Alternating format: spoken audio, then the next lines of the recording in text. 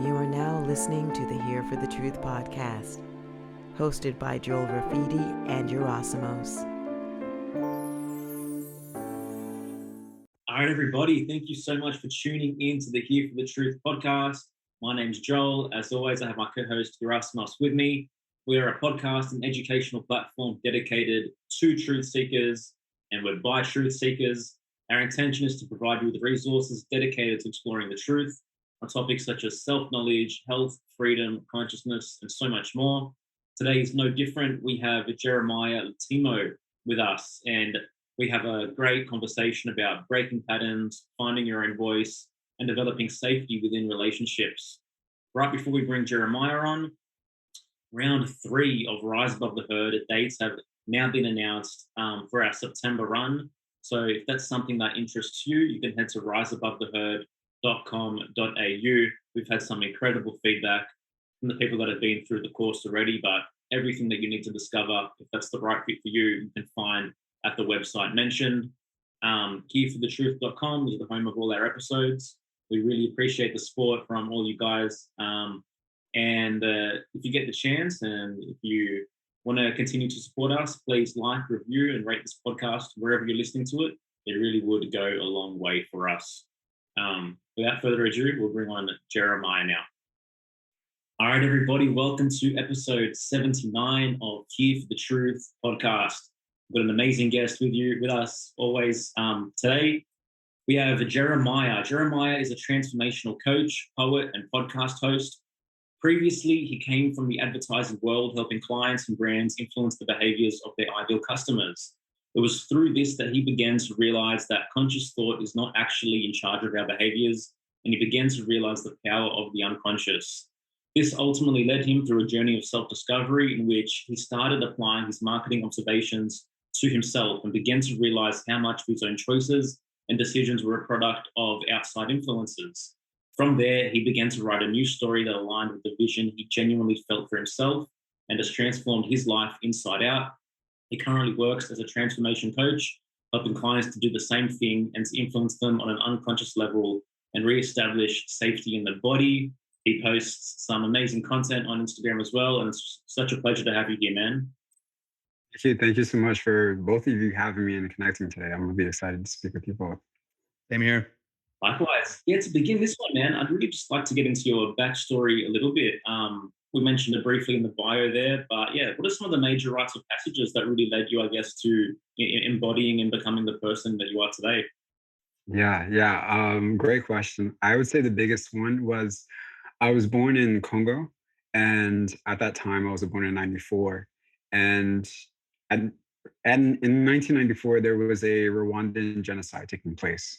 There was a whole movie based off of it, Hotel Rwanda, and my mom is Rwandanese, so that deeply impacted my whole family. That impacted how we lived because in Africa they're not looking at you, they're not identifying who you are based on like your name and things. They're based on you based off genetics, right? So my mom can't just walk around and say, "Oh no, I'm not with those guys." They're like, "No, you have a long neck, you have a long nose, So your face tells you who you are. So it's a very hostile. It was a very hostile situation for my family at that time. So that's why we left when I was 5. But I didn't realize, until a couple of years ago when I did some research into what happened from the time I was born to the time I left. What happened in Congo and what happened in Rwanda. And in Congo, there were two civil wars before I left. And in Rwanda, there was a whole genocide taking place. So I would say that was one of my biggest rites of passage because I can't remember anything before 7. I say my life started at 7. And for me, that means that I experienced a lot of birth trauma, right? I came into an environment that was extremely hostile, extremely violent. There was a lot of death going on. There's a lot of, I would say, mistrust between tribes. There's a lot of betrayal happening. There's just a lot of confusion. And that's the environment I came into, right? That's the environment I was born into. So a lot of my memories are blocked out, but I then completely shifted from that environment to, let's say, a peaceful neighborhood in Portland, Oregon, where I'm being raised by 2 elderly white people that I've never met anyone white. This is my first time encountering white people, and I'm 6 years old. Another rites of passage to where I'm just experiencing my first, let's say, culture shock that's extremely difficult to cope with because the language is different. I'm learning something new, and I'm a complete, I say, alien in this country now. And then from there, we switched and moved to Virginia, and kind of the same thing again. But another rites of passage was when I moved to Atlanta when I was about 14.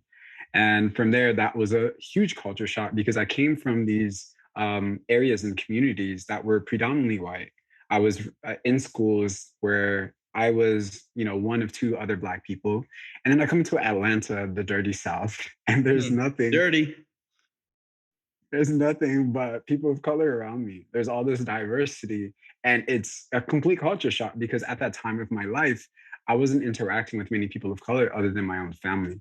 So it's kind of difficult for me because I didn't realize that I didn't know essentially what it meant to be one of my own kind, like express myself, express my Blackness, right? Express that aspect of myself.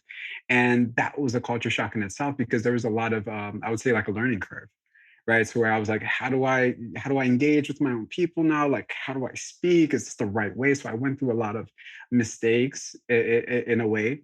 But through that, I then realized there was another moment of, let's say, initiation when I was around like 17, 18, and my last year of high school, where I actually woke up.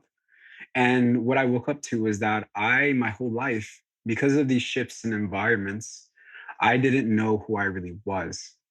And I realized at that age, at that year, that my whole life I had been masking, what's called masking. What I saw it as was kind of like shape shifting. Whatever environment I was in, I would just kind of like shape myself into the form that I needed to be, let's say, digestible, appeasable, liked, popular, whatever it is. And in schools, I was the popular kid, but I assumed the form of the popular kid. I would assume the form of the kid that the girls liked, the guy that was liked by everybody. And somehow I would mimic their mannerisms. I would mimic how they dressed. I would mimic what they were into. And I would take on that form. Right. And then I would wear that suit. Essentially, it was just like a tight suit I was wearing. And it was only till I was 17, 18 that this suit actually felt tight. And I took it off. And throughout my whole senior year, I didn't care to put on any suit, any mask. I was just like, I don't care about this whole being cool thing anymore. I was just like, I don't know who I am. I've been doing this my whole life and I don't know who I am. So what that led me to was when I was about 23 or so, I went through an essay initiation or awakening where my father wasn't in my life. He passed away a little later after we left Africa, but I was raised by my uncle. And he was one of those, I would say textbook toxic masculinity. If there was like a textbook and it was like listed out all the qualities, he was that. Right. So it was kind of this tyrant king energy that was very difficult to be around. But I remember as a child making a promise to myself as a child, like, you'll never become like that. And when I was about 23, I saw myself kind of embodying those same qualities, not really in externally, but it was the fact that the way he spoke to me was the way I was speaking to myself. The way he viewed me was the way I viewed myself. And that drastically woke me up. And I was like, wait, no, like if I keep this going, it won't be soon, it won't be long till I become like him. Right. And I start to speak to other people the same way he spoke to me. So that woke me up and started leading me to embody more of the qualities that I felt were, masculinity, and I learned things about what masculinity was.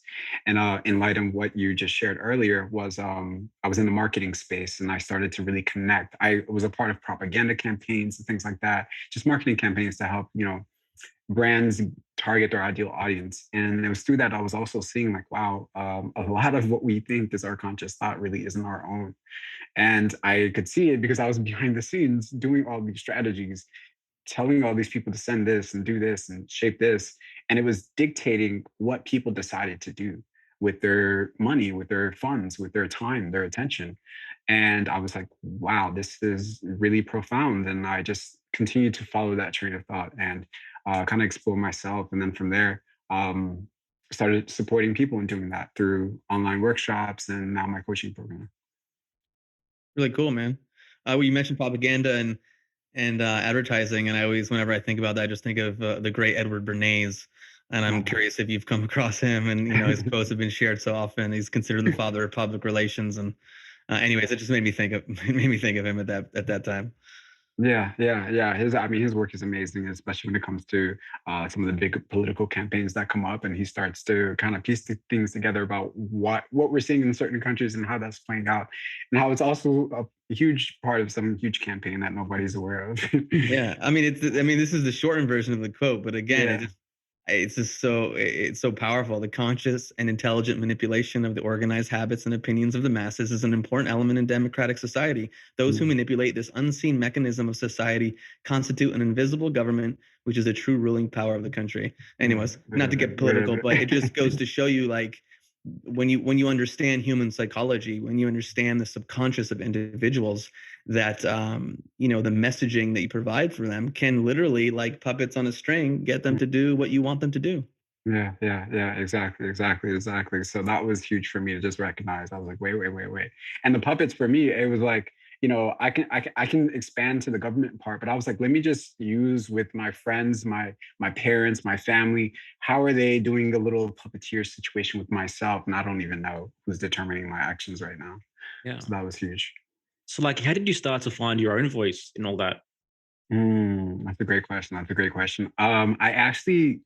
I take more of an extreme approach with my own inner explorations.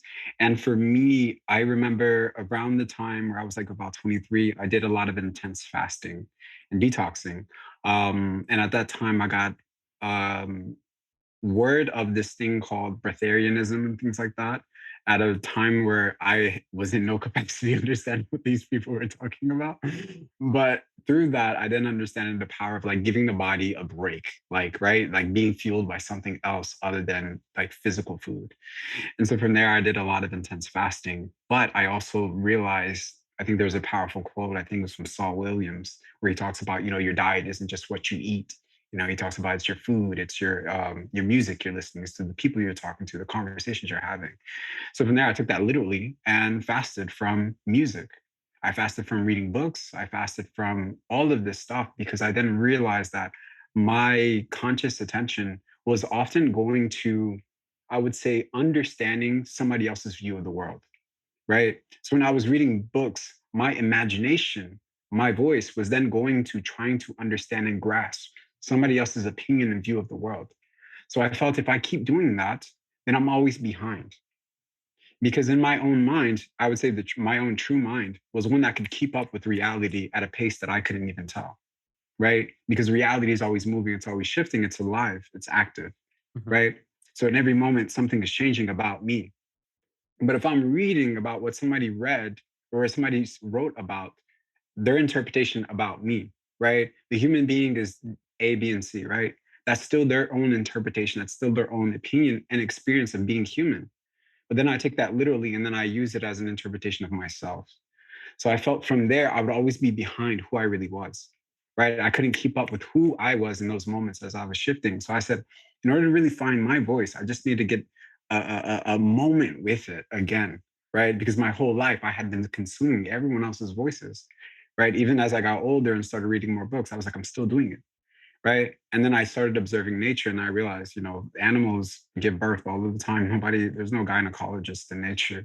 There's no doula, but they just know. And even the trees and the plants. And I was like, wait, that's why I call it the true mind, because I was like, there's a mind here, there's an intelligence here that is actually ingrained into me that can actually essentially give me or point me to a deeper blueprint for myself, right? In terms of transformation, what do I want to do with my life, my mission? Like, what am I here to do with my gifts, right? So I took an extreme approach to clearing out the voices by detoxing from music, from media, from books, all of those for about a year or so. So I didn't read anything. I didn't listen to any music other than like some sound bowls or binaural beats. But from those experiences and deep meditations, I actually learned to hear my own voice. It's very difficult. It's very difficult. The temptations to hear other people's opinion, to consume other people's insights through literature and things like that was very tempting. But through that, I found my own voice, and from there, I've been using that voice as my compass. And sometimes I know when I'm confused, I'm just I'm just absorbing somebody else's voice other than my own, right? So in the states that I'm confused, I can't differentiate between my voice and somebody else's. So now I would say that's like a very clear compass that I use all of the time now.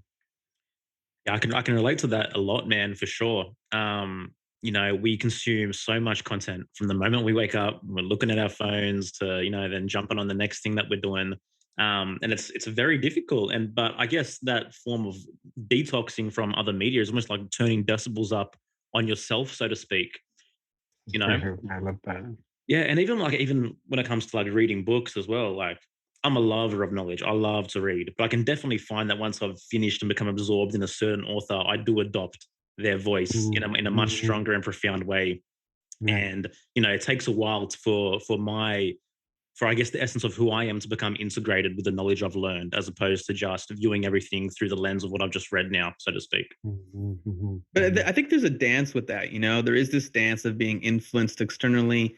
And it's like we always bring up, was it that lemon skate with the infinity? It's like Yep. things come in and then they come back out, in and Yeah. out. And there's always this dance between the, I don't know, what you call esoteric and exoteric, the Yeah. internal and external. And that's what I appreciate. But I love what you said before about bringing fasting to just a greater, like a greater sphere. Because most people, you think of fasting, they're like, well, I'm not going to be eating this food today. But I mean, you hit on something that's so huge, and only when you understand the power of the subconscious and the power of programming out there, you realize, like, just because your conscious mind isn't picking up on every single lyric, your subconscious is. Yes. Yes. and Yeah.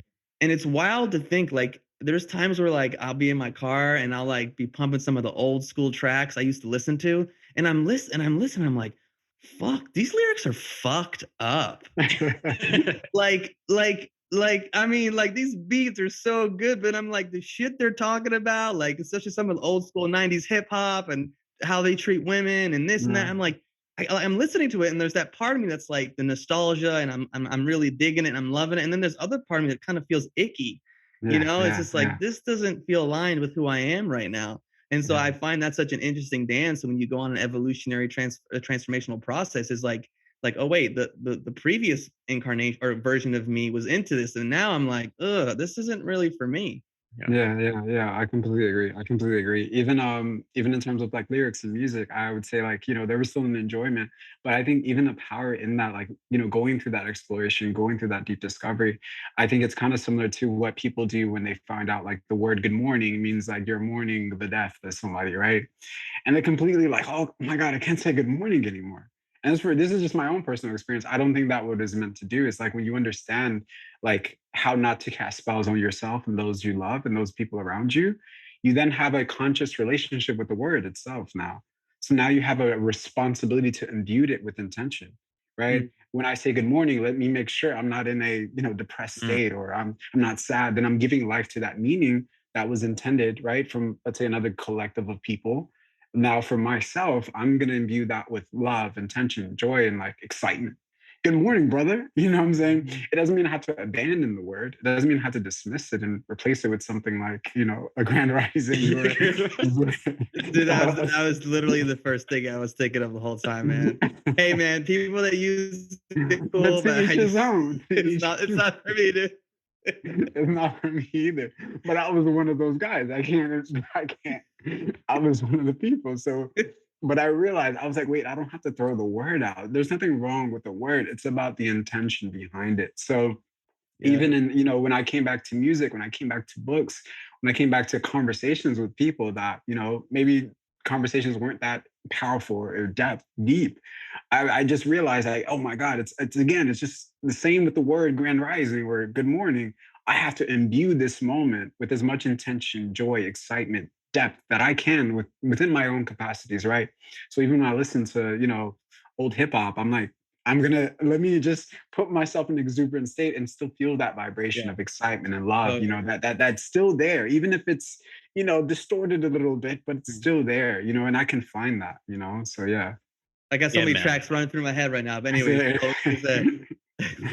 It's definitely the energy that matters, and people can get so hardcore trying to cut out everything that they now see as as involved in some level of corruption or whatever it might be, then try to cater their lives. But really, what are you doing? You're living out of a state of fear. You're trying to Yes, avoid yes, trying to yes. avoid everything, as opposed to recognizing the inherent power within you to shift it based on who you are. So I want to Yeah. ask you, like, how do you go about building intention for yourself, and becoming more intentional? Yeah. I loved what you said, man. I love what you said. Just the power of recognizing our own power through that. Yeah. But yeah, with intention for myself, I think I remember one of my friends asking me. I remember I was telling him something about how left Airbnbs. And Mhm. I was like, every time I leave an Airbnb, like I want to make sure I left it better than I found it. Right. So my Airbnb ratings are I love that. I feel like off the charts. But that was very important to me. And I didn't realize until I was having that conversation with him. I was like, wait, that's how I live my life. Ever since I came into some of this work, I realized that's how I started to live my life, was that every place that I went to, I always made sure I left it better than I found it.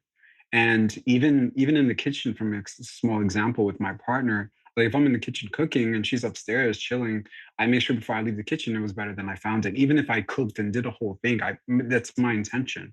So with that, I realized that I was carrying this intention into everyone I met as well. I was seeing people as places, right? And I was saying, yo, if I met this person today, right, and they were a place, they were a location, right, they were a city, like did I leave them better than I found them?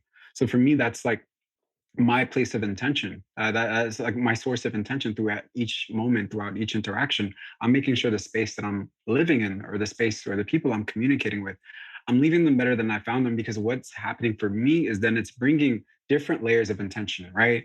How am I speaking to them, right? How am I talking to them? Am I being mindful of, like, how my energy is what energy am I giving off when I talk to them, when I engage with them, or the space I'm interacting with?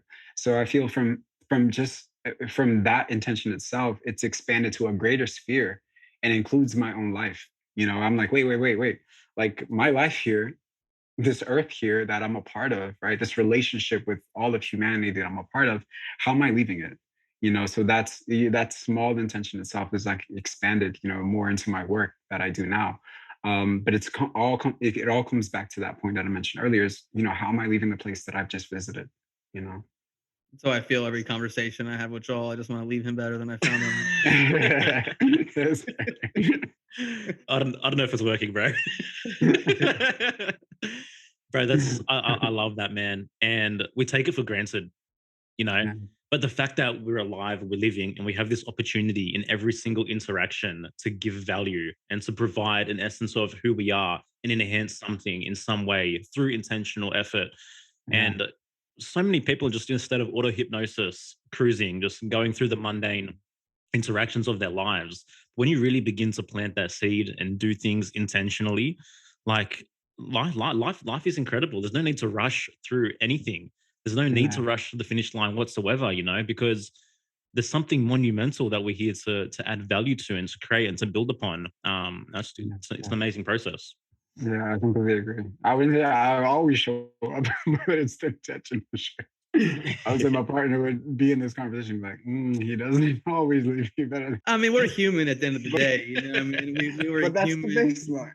Like, yeah, that's the baseline, and it's the exactly. intention. Like, even the intention of wanting to show up that way doesn't mean you're always going to. You know what I mean? Exactly. So it's that grace, you got to extend yourself, for sure. For sure, man.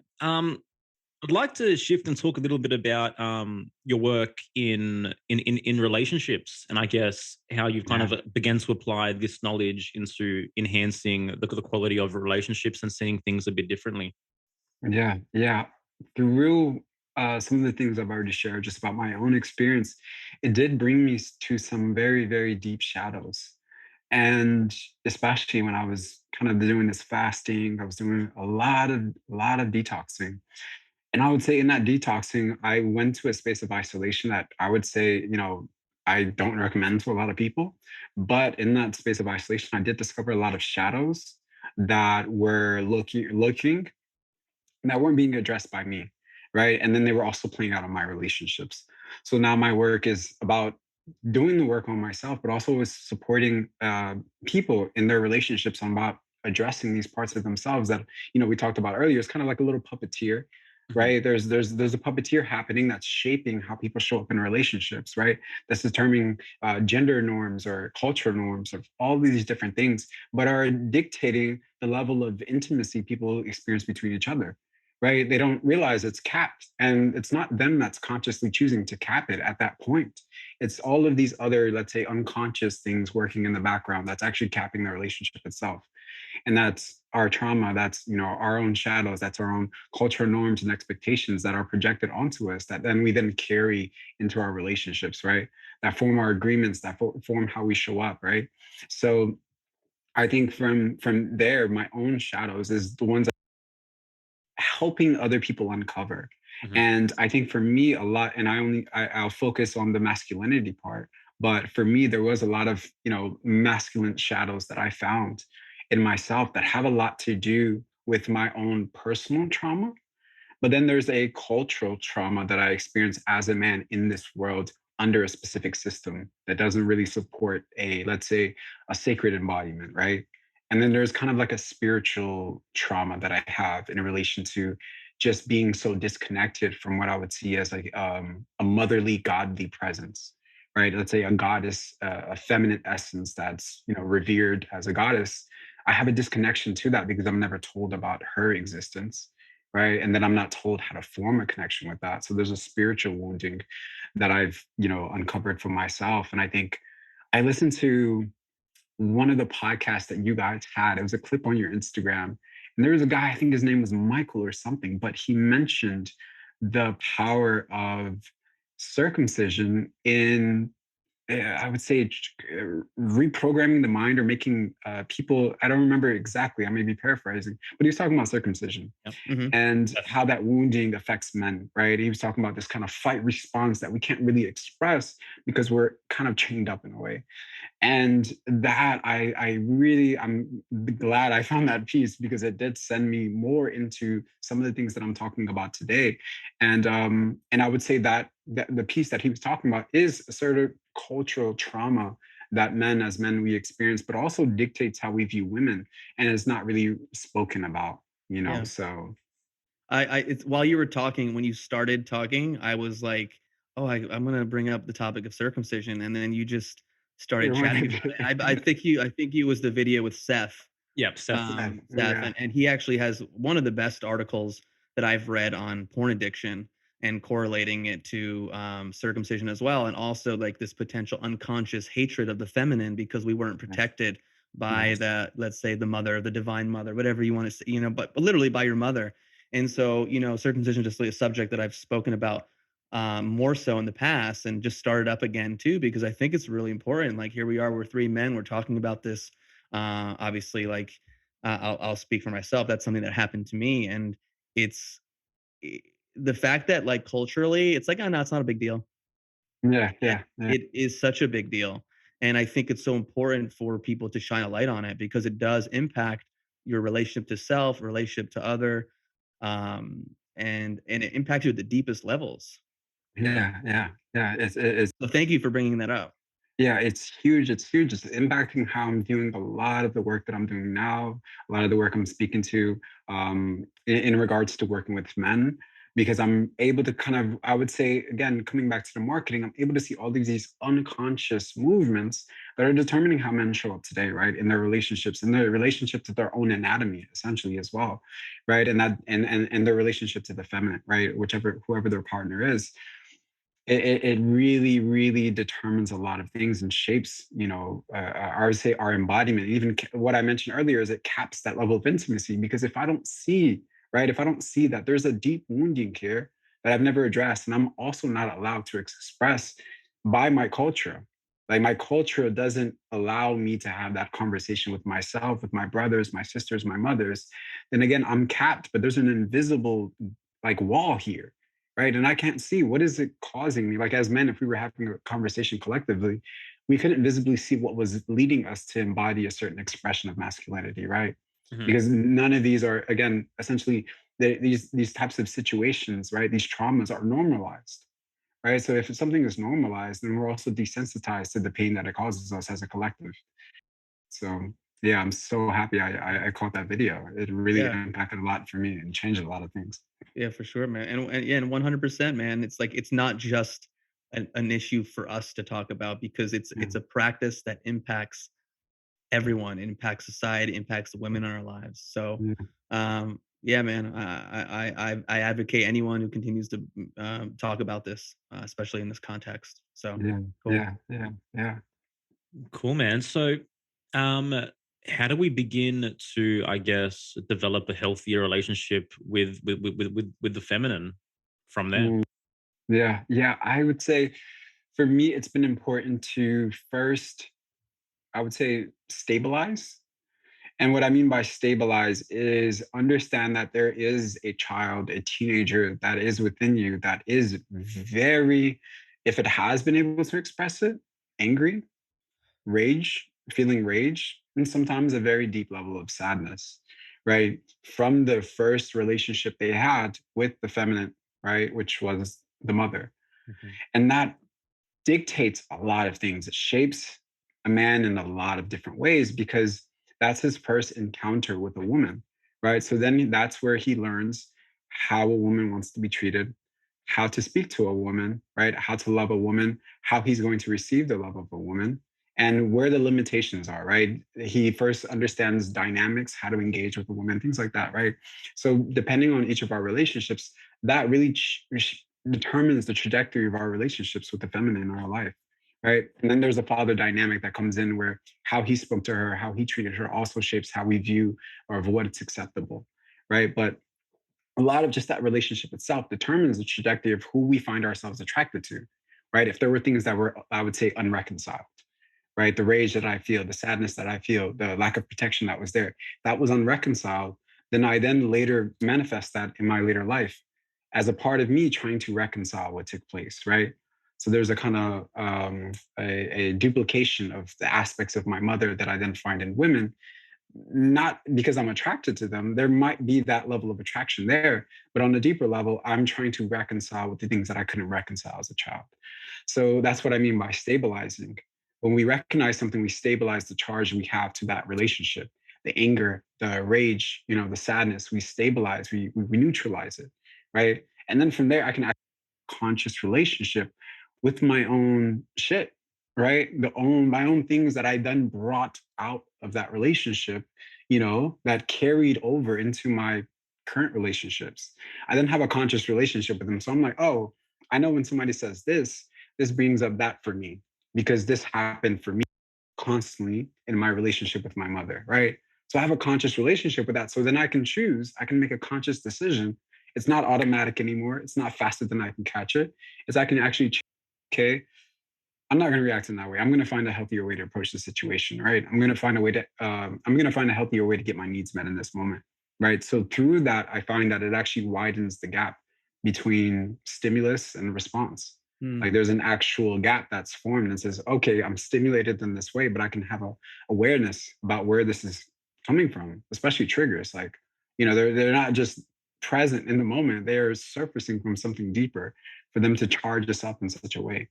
So I think as men, when we have a conscious relationship with the wounding that we experience, in relation to our mothers, then that definitely starts to show up in how we relate to the feminine today, and we can show up in ways that we can really be proud of. Like, oh, I love the way I'm showing up here. Like I'm, really happy about this relationship where, I can really feel my partner feels safe and, feels loved by me. I'm not withholding anything. I'm not carrying the past into this present experience. I think we can develop a level of like confidence and trust in ourselves as well. But I would say that would be the first and most important one.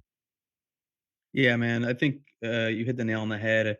I think it's so important to really look back and and reflect on our first relationships with our parents, and then observing how they were with one another.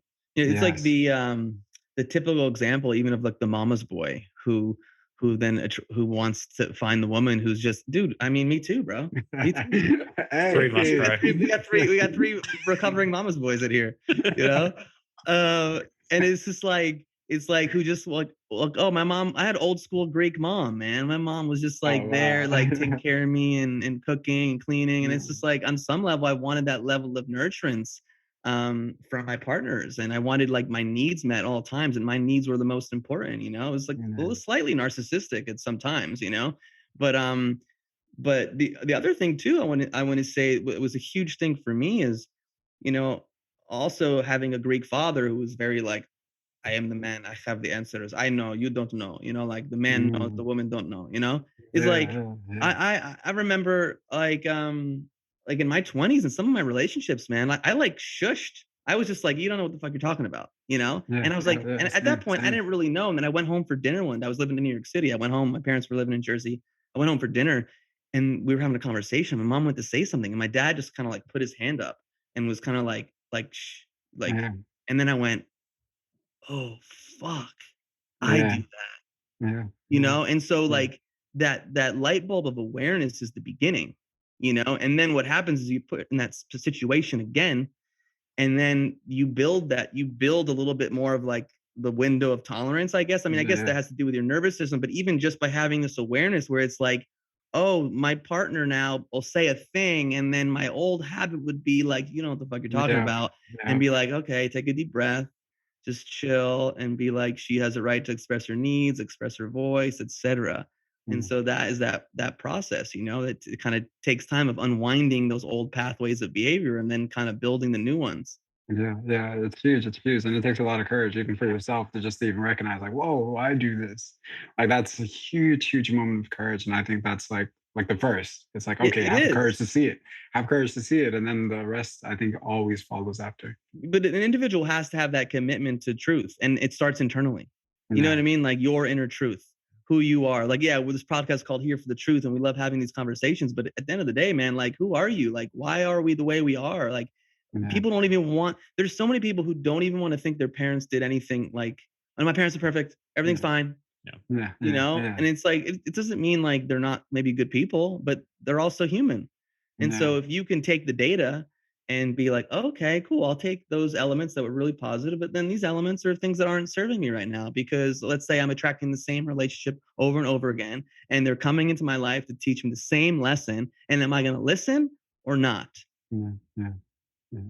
Huge. My level of responsibility, like, okay, there's something here for me to look at.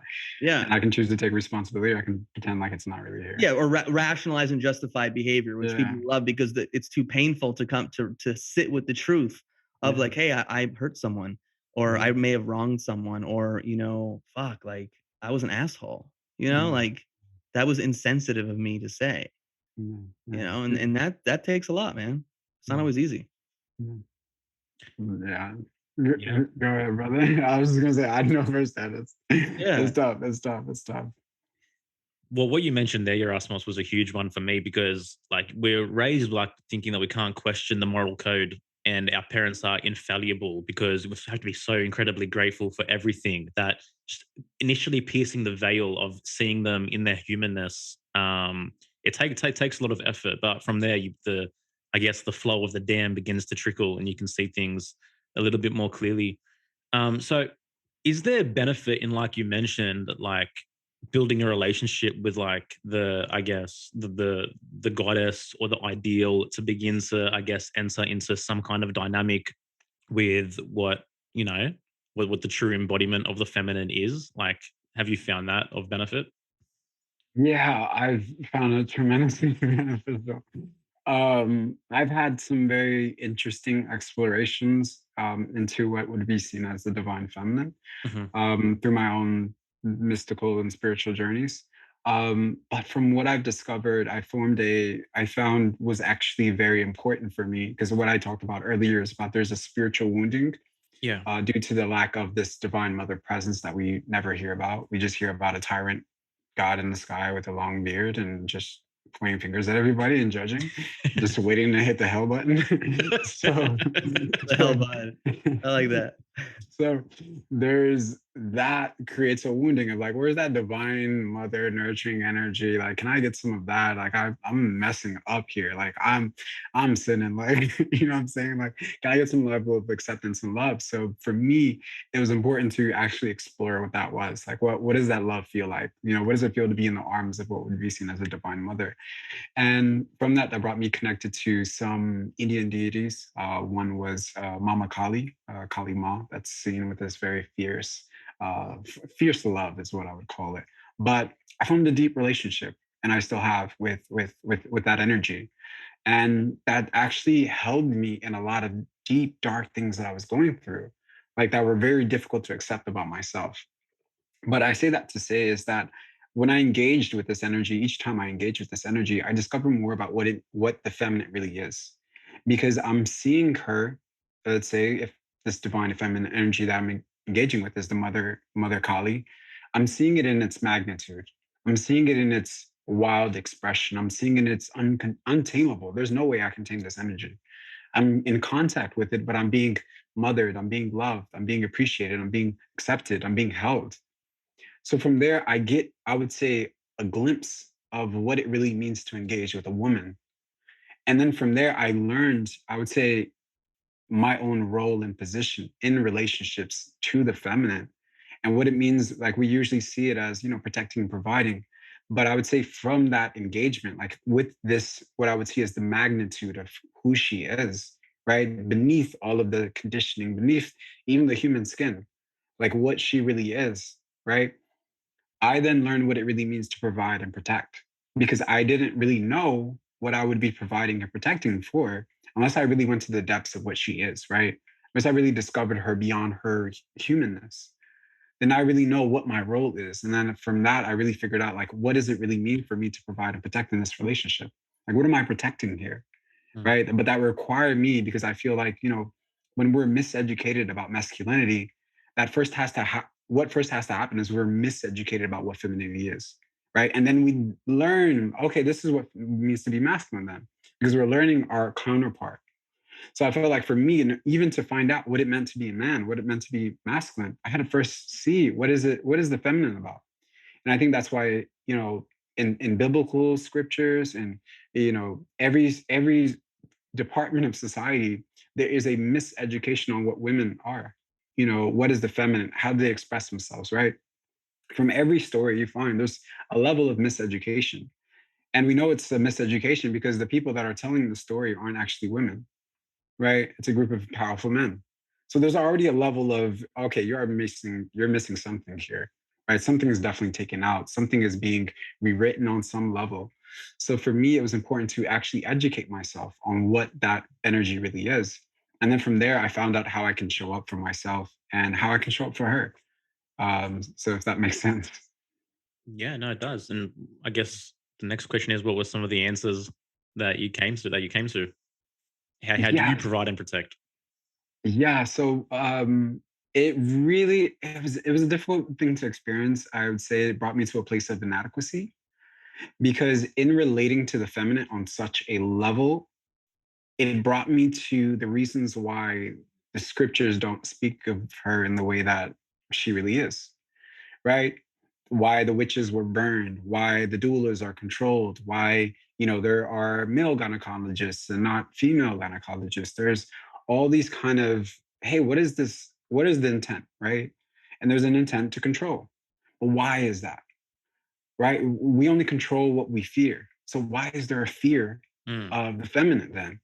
Like, why are we trying to control her? Okay, let me remove oh no, we need to dominate her. We're more logical. Like, no, there's definitely some fear here. So for me, when I explored it to those depths, I actually found the part of myself that was afraid.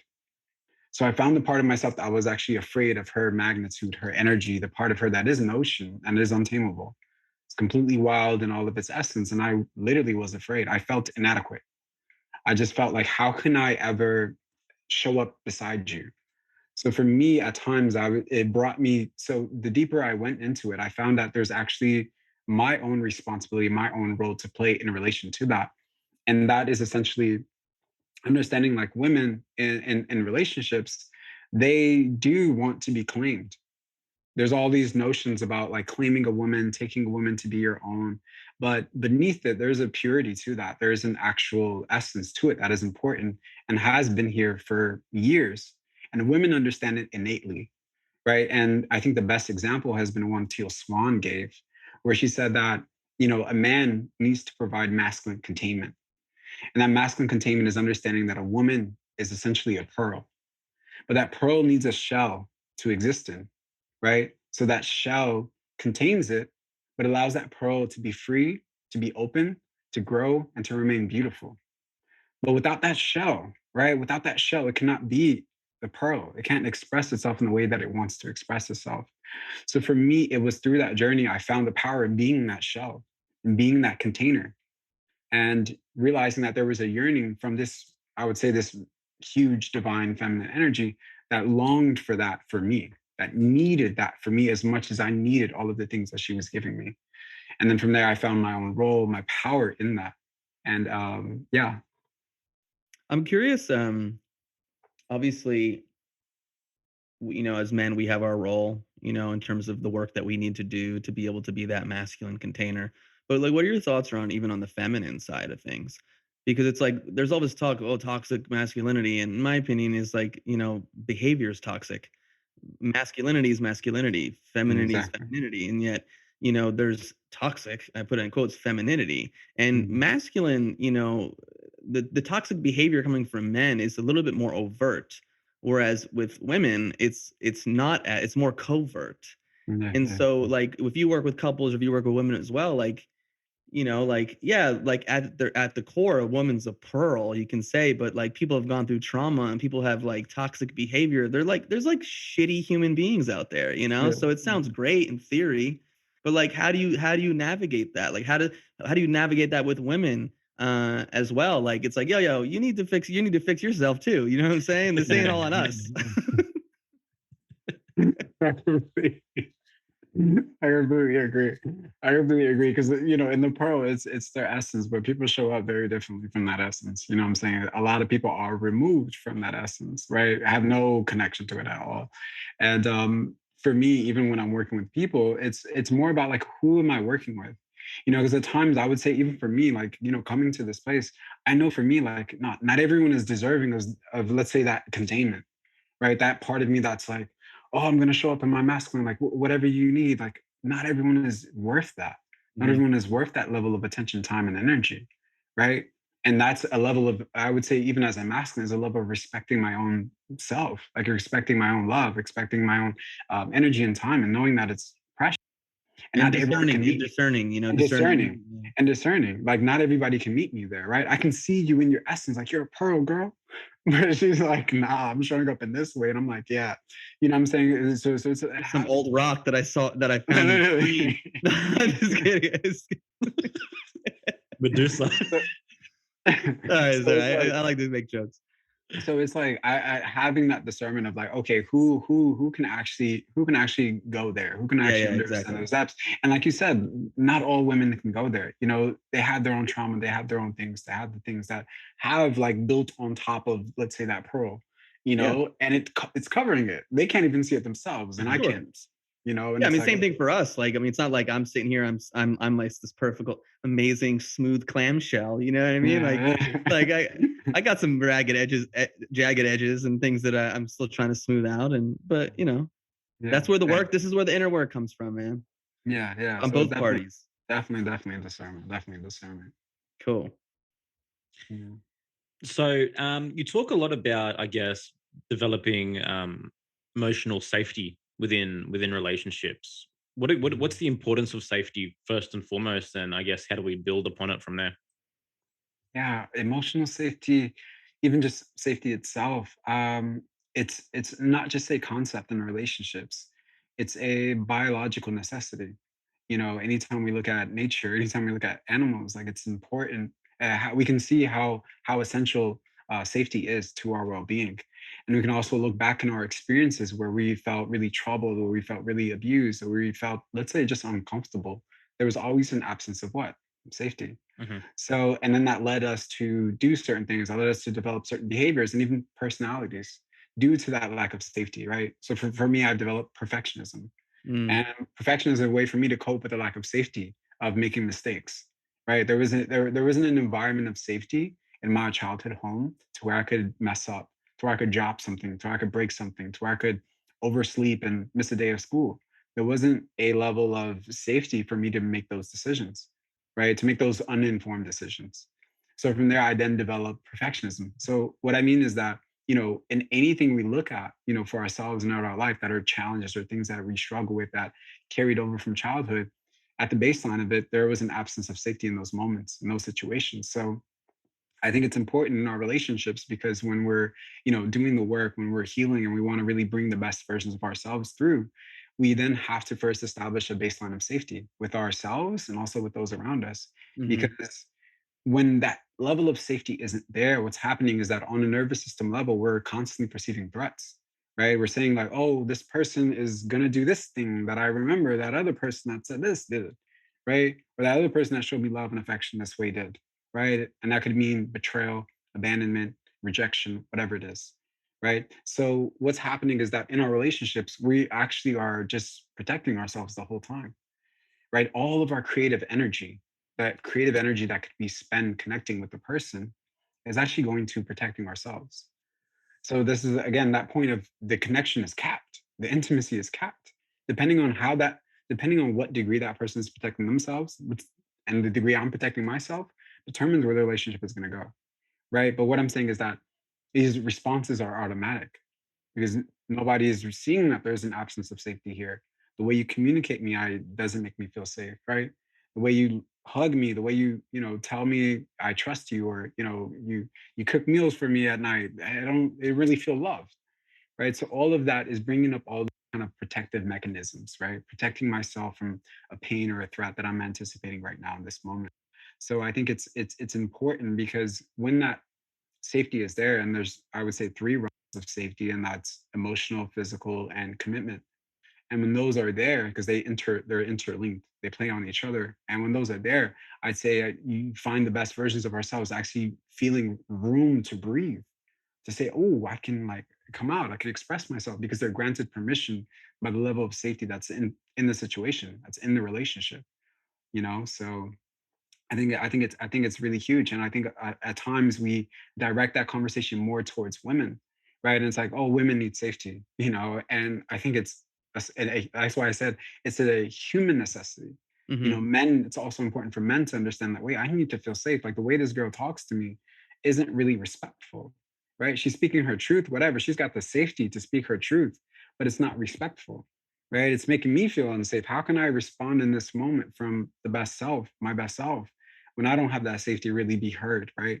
To really be, let's say, criticized or challenged, right? If I don't feel that level of safety as well. So I think it's, on both parts, sometimes we do emphasize the men's part, but I think it's equally as valuable when a woman can take the time to actually provide a container for a man to feel safe to be himself in. Yeah. I like that you said that because I feel like in some polarity teachings, it's like the man must be the lighthouse as the crazy, chaotic, you know, feminine. And it's like it's almost like, oh well, no, it's an excuse to be toxic, to like, oh, they oh no, it doesn't matter. She can be however she wants. I have to be the strong male no matter what. And it's like you're getting abused and you're getting treated like poorly, and like I'm supposed to be okay with that because I'm supposed to be that lighthouse no matter what. Like that's at some point there's got to be like, no. Like I ain't this I will not tolerate this behavior. Yeah, Setting a exactly, strong exactly. boundary. Exactly. And I love that you said that. I think in a lot of the polarity teachings, there is a huge emphasis on men's responsibility in that. And I think should be equal focus on women also being safe to men. It's important. Yeah, and the need for a man to feel safe of just like, healing their wounds and healing their trauma is gonna Exactly. allow them to be that masculine containment, Yeah. allow Yeah. them to hold the space and to be able to be with a woman's vulnerability because they deeply know that within themselves. Yeah. Yeah. Yeah. So it's like, well, I know that, I see that, and I can hold space for it within myself, so that means I can hold it for you. And I find historic, in my history and different types of healing work is that the people who don't know how to be with you when you're not acting how they expect you to act, it's because they don't know those parts of themselves. You know, Yes, they I can't. agree. It's just like you're just triggering a reality within themselves that they don't even know. They don't even know about, Yeah. I and completely and agree, that brother. and that could be challenging. So Yeah. I found that the more I've done my own work, I'm just a better person. I'm a better husband. You know, like not that I'm perfect. If my wife was on here too, she'd probably be like, all right, you know. But it's true, you know. Like it's not about, a lot of times it's not about me trying to fix all of your problems. It's just me sitting there and shutting the fuck up, and holding space, and that's all she needs. She doesn't need me to tell her the right thing. You know, she just needs to feel the energy that again, I am that clamshell that's protecting that pearl, you know? Yeah. I'm gonna just That's use real. that analogy now from now on. I'm gonna That's steal it. real. Like, yo, Jeremiah, yo, said this really cool Yo, analogy I about stole it from Phil Swan. Let's keep it going. Let's keep it going. Do you think it's easier or more difficult to go through like a safety healing process together? I would say it depends on the trauma. It depends on the trauma sometimes, but it depends on the people. Like we talked about earlier, it does take some deep courage. Mm. It takes some deep commitment to say, yo, I'm like really tired of showing up in this toxic way. Like I'm really tired of avoiding my shit. Like I really want to see my shit. Like I really want to take accountability. I really want to grow with you. And I think that is the determining factor. And sometimes there's only one person with that level of commitment, and that shows. But when it's two people, man, I think there's really a deep transformation, and my relationship can speak to that, because I think I thought I did a lot of work when I was entering my relationship, and 3 months in I'm like, holy shit, what is all this stuff that's coming up, right? But I had, even before I met her, I had a like a deep commitment to where, like, man, whatever I see about myself, I'm gonna meet it with like acceptance. Like I'm gonna tackle it. I would say courage was something I really cultivated. That level of courage, I really cultivated it. And my partner had done the same thing in her own solitude. So when we came together, there was shit that came up, and it was difficult to see, and there's still shit coming up that is difficult to see. But it's that we had that baseline, unwavering commitment to, yo, whatever comes up, no matter how long we have to work on it, to heal it, to move it, to transmute it, whatever it is, like we're gonna do it. You know what I'm saying? And that's I think commitment, that man. was That's that, commitment. that was the commitment, and that was the determining factor of whether our relationship turned into something that we had already saw before, whether it evolved into what it is now, which is something I'd never seen for myself, and she's never seen for herself either. So I think it is that commitment that really shapes and determines, where two people stand and where the trajectory of the relationship goes. People pay lip service to that word, but what it really means is exactly what you're talking about. Yeah, You know, yeah, like, yo, I'm gonna be in it. I'm gonna be in the fire with you. yeah, I'm gonna rise like the phoenix. You're gonna rise like the phoenix, and we're just yeah. gonna, come out of this deeper, more connected, and because it's like this idea, like, oh, the relationship's gonna be perfect forever. Man, that shit. If you're into like growing and evolving, man, like you're just gonna be like, aha, oh shit. You Yeah, know what I mean? yeah, Like yeah. it's And never then ending, man. Never ending. you'll have kids. You'll be like, oh shit. I don't know what It that's really, like, but I can it only really, imagine. it really is. Wait, you have kids? I got 2 daughters. Yeah. Oh, two daughters, bro. So you know how it is. I haven't gone there yet, but I know there's a whole different awakening that happens from there. So I completely, yeah, it's a different experience. Yeah, there is, man. I often say I feel like there's the shadows which will never be uncovered until you walk that path, until you actually go through that process. Erasmus has 12 chickens. He can relate a little bit. Listen, I have a dog and I got 12 chickens and a whole bunch of bees as well. So, I mean, it's You tough, but understand? You it's understand? like You understand? they're always mirroring back to me, and I'm learning every time, man, every time. Yeah, yeah. It's I like mean, you're yeah, I waking can up. only imagine what it's like with kids, for sure. Yeah. There's a whole mirroring happening there. It's like deeply intense at times. So yeah. Let me ask you this: what are the keys to a healthy relationship? Yeah. I would say one of the biggest things that we just talked about is that commitment, Okay. right? There's that commitment has to be there. And I think the second thing is playfulness. Mm, I think when you have that level of commitment, shit can get serious really quick, right? There's like, oh my God, your shit's coming up. Like, look at that. You know what I'm saying? Like, oh my God, your shit's coming up. Look at that, right? And there's that level of understanding of like, okay, your trauma is coming from this place. We're connecting all these dots together, right? We're working on it. But there's not a level of playfulness to where there's a, like, we can exhale, we can just take a break from healing all the fucking time, right? Always cleaning up some shit, always purifying or moving something around. Like, how can I allow myself to be a little more playful? How can we allow ourselves to just laugh a little bit more when we're dealing with all this serious stuff, right? We're cleaning up, we're healing, we're unpacking so much shit, right? Can we allow some little playfulness in here? So I think when couples have that level of playfulness within their environment, they can actually balance both. That level of deep commitment, which comes with a lot of stuff that you are able to face, then that playfulness allows it to, balance that level of seriousness that comes out. And I Yeah. think the last thing is it slipped me. It's great. I had one more thing. I had one more Well, thing. here you can hold the thought because I want to jump in and talk Yeah. about the seriousness because it's like it's the seriousness of not even just like the unpacking and the deep personal growth work, but just like the day-to-day stuff, man. Like when Yeah. you're just like you're going like there's more decisions to be made, there's more responsibilities, and it's like my wife and I, we moved from like our condo to now we have like land, and there's more things to do, and there's Wow. like it's like I'm doing this, she's doing this on top of our work that we're doing that we sometimes forget to just like have fun, Yeah. It's huge. It's huge. and like, and it's easy to kind of get caught up in the day to day and sometimes take each other for granted, and Yeah. so it's like, how can you be mindful of that and mix it up and find play? I think Yeah. playfulness is so important. Yeah. It's huge. And I just remember the last thing is compatibility. And I think You say compatibility. compatibility. And I think sometimes I know for myself, I seen compatibility as how I would define it was essentially sameness, right? Two people being kind of the same person.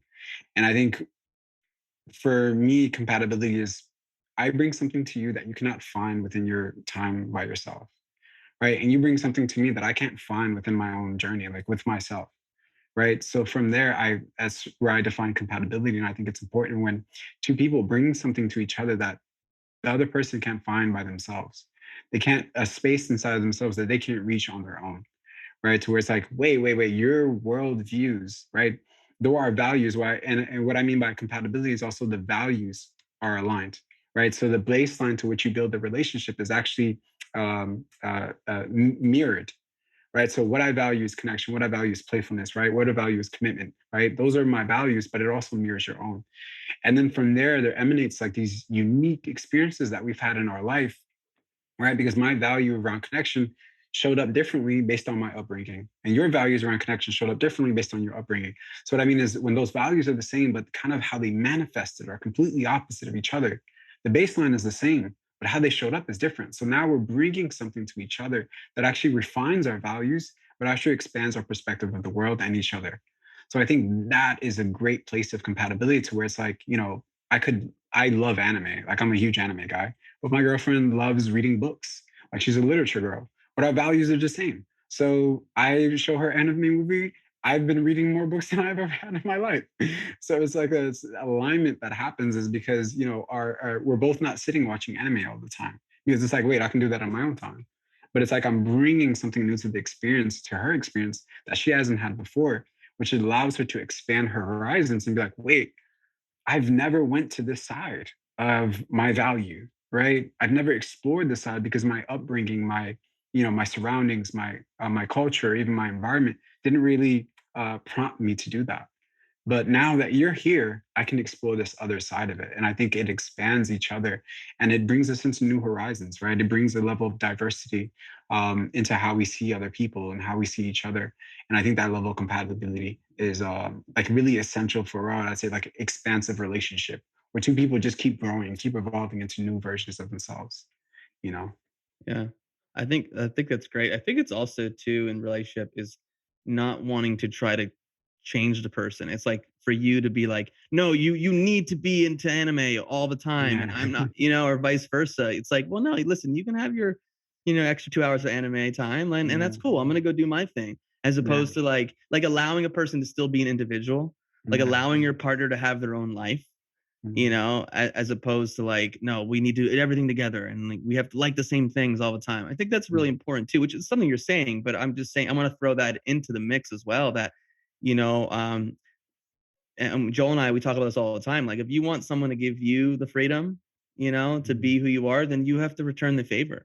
And that doesn't mean you're going to have the same interests. But I think value systems, foundational value systems, sharing them is so important to a long lasting relationship.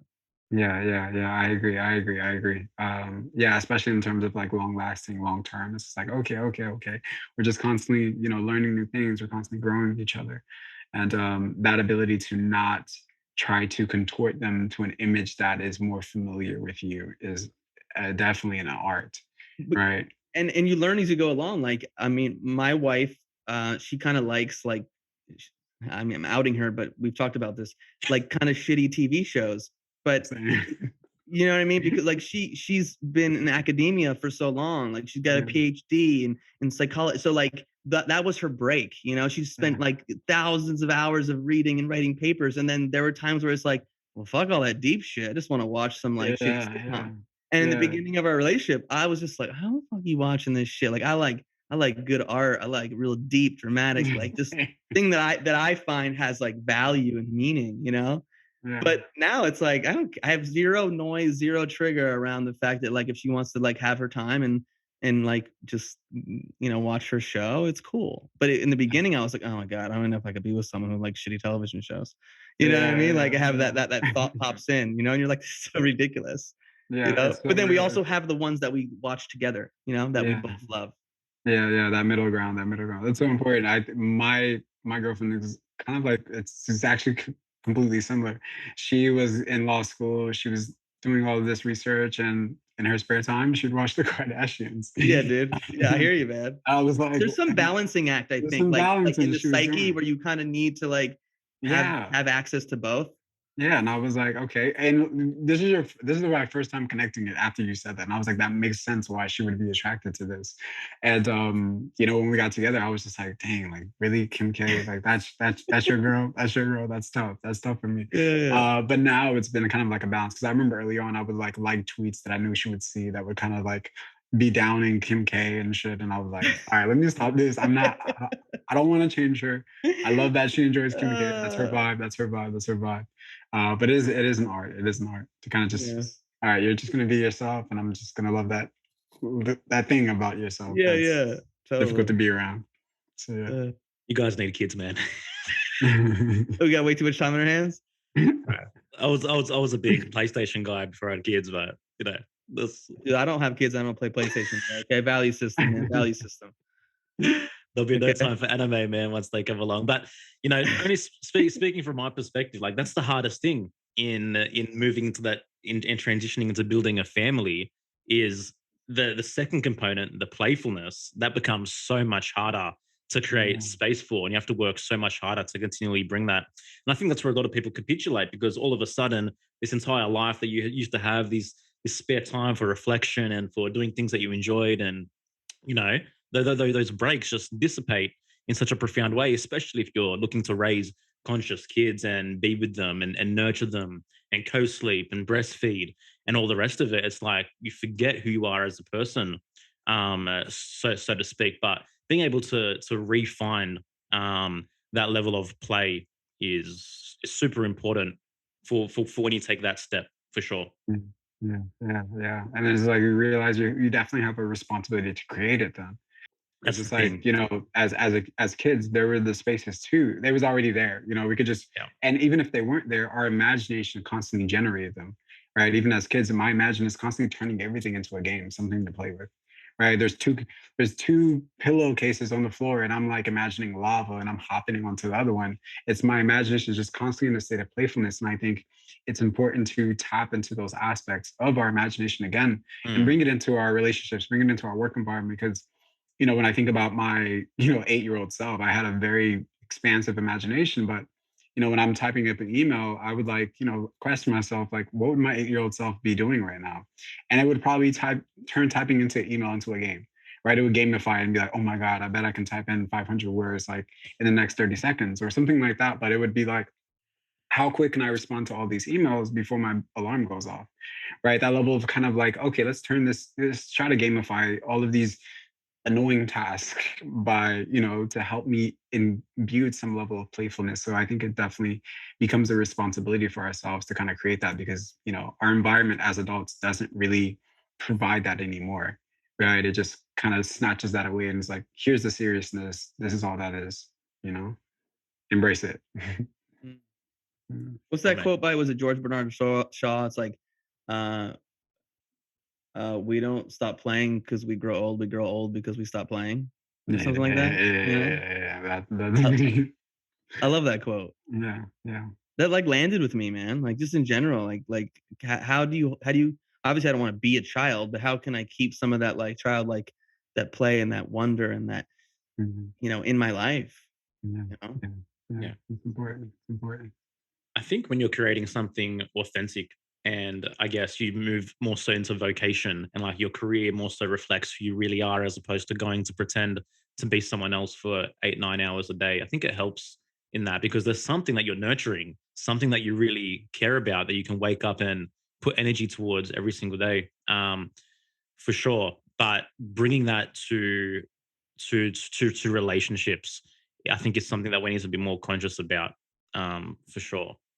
Yeah. I think it's so important in light of what we were talking about earlier, just doing such deep work on each other, doing such deep work on nervous system healing. I'm learning all these new practices. I'm learning all this new shit that's coming up faster than I can catch it. And it's like, wait. How can we just like, put these things down just for a moment? I think going from, healing to just living life a little bit, is Yep. super important. It's like, okay, can we put the healing work down for just a bit? We're doing a great job. We're like better than all of our other friends. I can just put this stuff down for a minute and just like live. That Yeah. that's the like the binary, the duality of control and play. 'Cause even with the healing, sometimes there can be a sense of control. Like I have to fix this and I have to do this and you need to do that and we need to do this. And it's like, let's just chill. Let's just chill and watch some anime. You know what I'm saying? We don't need, doesn't need to be, doesn't need to be all serious. So important. Jeremy, bro, thank you so much for being here and sharing this conversation with us, man. We're all about sharing knowledge on this podcast. So my final question for you today is, what's the most profound, life-changing book you've read? Profound life-changing book I've read. I would say this book that I found when I was about like 18. It fell off a bookshelf. It was kind of one of those like, shit you see in the movies where the book falls off the bookshelf and the kid picks it up and it changes his life.